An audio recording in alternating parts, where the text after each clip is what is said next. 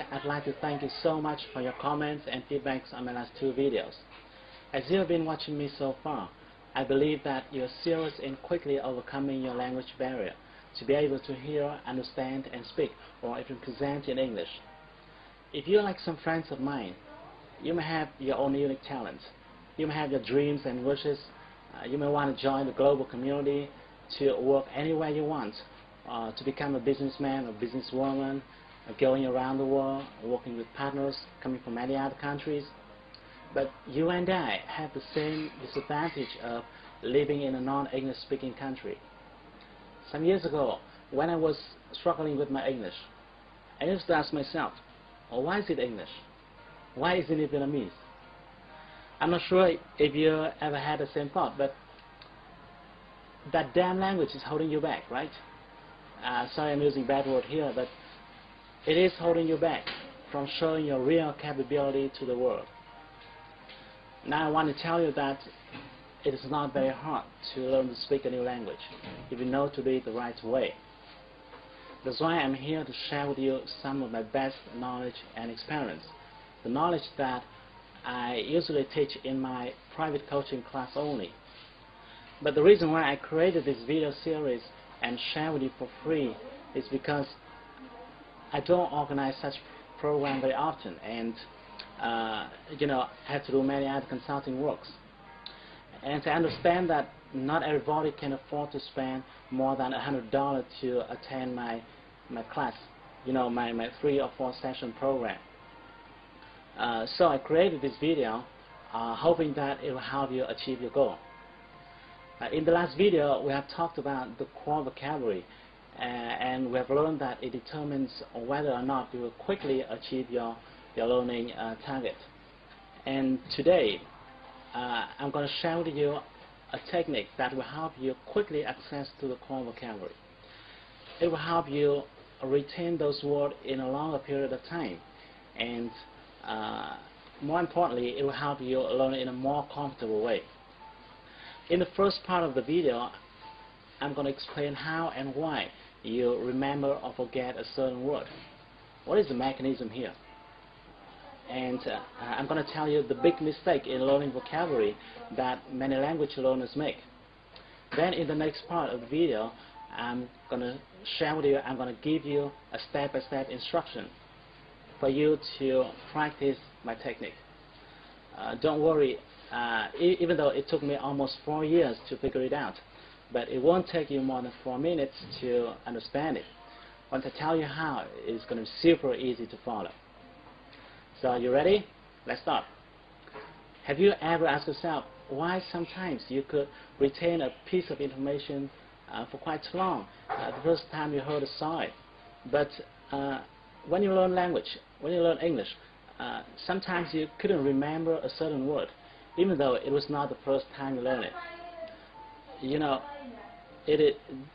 Even though it was not the first time you learned it, and the common case here could be you see some word which is familiar, but you can't remember its meaning. It happens all the time, right? You can't remember its meaning. Let me tell you why.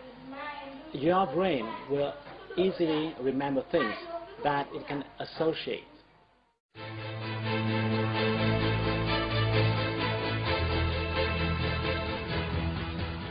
In his book, Second Nature, Human Brain Science and Human Knowledge, the Nobel Prize-winning author Gerald Alderman reveals a lot of interesting findings about human brain. He found that our brain cells function by a mechanism that he called recognition and association. Because of association mechanism, you can easily remember a piece of information that had something to do with your existing data in your brain. In other words, the information that can relate to your experiences, your thoughts, your feelings, your desires. It will be very hard for you to remember a piece of information that has nothing to do with you. For example, if I tell you my name, you will remember it for quite long because my name relates to your desire of learning English, so that your brain can link that name to other information already exist in your mind.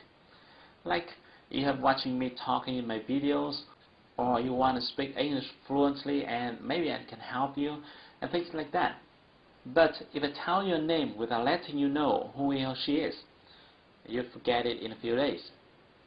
Secondly, you can only retain a word if you are exposed to it several times.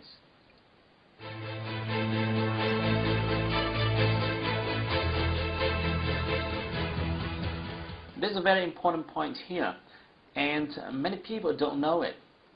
It is you need to be exposed to that word in different contexts.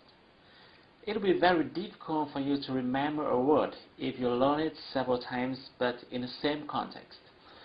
That's the reason why sometimes you learn a word in your class and then you wrote it down in a notebook. Then you may look at it once or twice, but you still forget it. And even worse, some people try to learn vocabulary from a list. This is a very big mistake, because I'm sure that you will never be able to retain words by memorizing from a list, no matter what kind of list it is, with or without quotes attached to it. So remember, you can retain a word much more easily if you are exposed to it several times and in different contexts. Now let's move to the next part. Let me show you my technique, the free reading technique.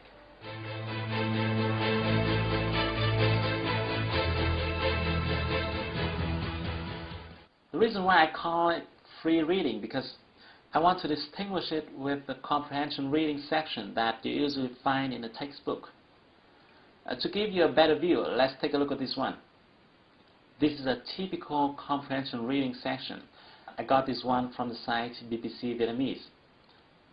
As you can see, this is a short paragraph. Sometimes it could be longer depending on the intention of the composer. There are words in bold and there are notes at the lower section to explain the meaning of those words. In many cases, there could be several questions for you to answer. If you were to study this reading section in your English class, the teacher would write these words onto the board, explain the meaning, instruct you on how to pronounce them, require you to answer some questions, and so on. This method is very common from the beginner to advanced levels. When using this approach, the teacher assumes that you already know all other words. The words in bold are focused upon because they are supposed to be more complicated and more difficult for the learners. Okay, now let me ask you a question. Are you sure that all those difficult and complicated words listed in the example are worth your time and effort? Recall what we talked about in the last video, the Pareto principle and the core vocabulary. You want to make sure that the words you spend time on should be the most common words. Coming back to the example, you can now see that the comprehension reading method tends to drive you to focus on the most difficult words. And my next question is, are the difficult words the most common one? Unfortunately, the answer is no. Most of the times, the shorter and simpler words are more common than the long and complicated ones. If you want to check how common a certain word is, you can use the website Word Count. Here's the web address.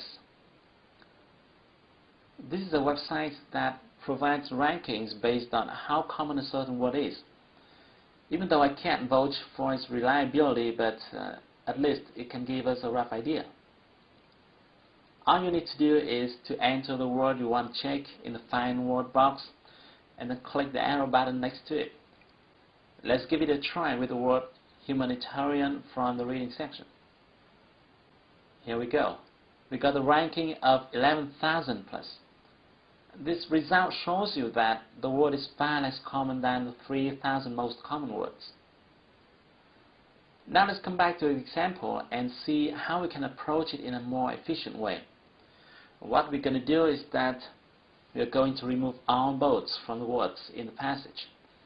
Because this paragraph is quite short, I need a long one to make my point clearer. So I simply did a search on Google and found this one. This is another article talking about the same story. Now what I'm going to do is I copy and paste it into the Word document. Now if you screen these two articles, you'll find some words that appear 2, 3 or even 4 times.